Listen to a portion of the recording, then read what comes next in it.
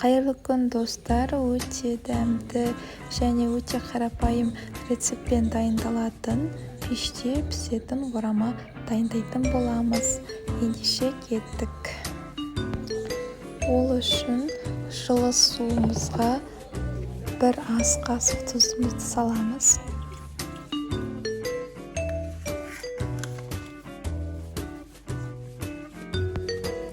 Және ұнымызды електен өткізіп, бір келкі қамыр дайындаймыз.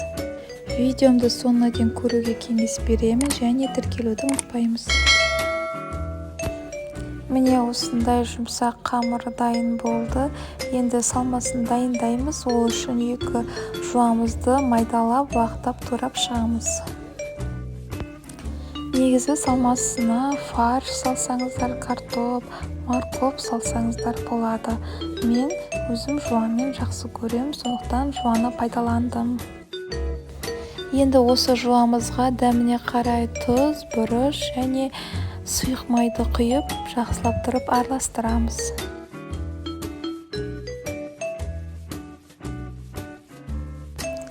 Міне салмасы дайын болды. Енді қамырымызды дайындаймыз. Осы қамырымызды жұқа қылып жаятын боламыз. Міне осындай жұқа қамыр шықты. Енді үстіне сұйық майымызды жағып шығамыз. Одан кейін салмасын салып шығамыз. Енді рулет қылып орап шығамыз. Оған дейін пешімізді дайындап қоямыз. Формамызға осылай пергамент қағазын жайып орналастырамыз. Үстіне бір жұмыртқаны жағып шығамыз. Және де үстіне мен мак сеуіп шықтым.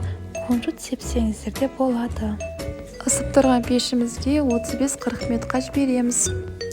Міне дайын болды. Өте оңай әрі тез әрі дәмді болып шығатын самсаның дәміне ұқсайтын орамамыз дайын болды. Міндетті түрде жасап көруге кеңес беремін. Алдарыңызда көріп тұрғандай осындай хрустящий болып шығады. Міндетті түрде жасаңыздар. Сіздермен болған мен Жұлдыз. Ас болсын.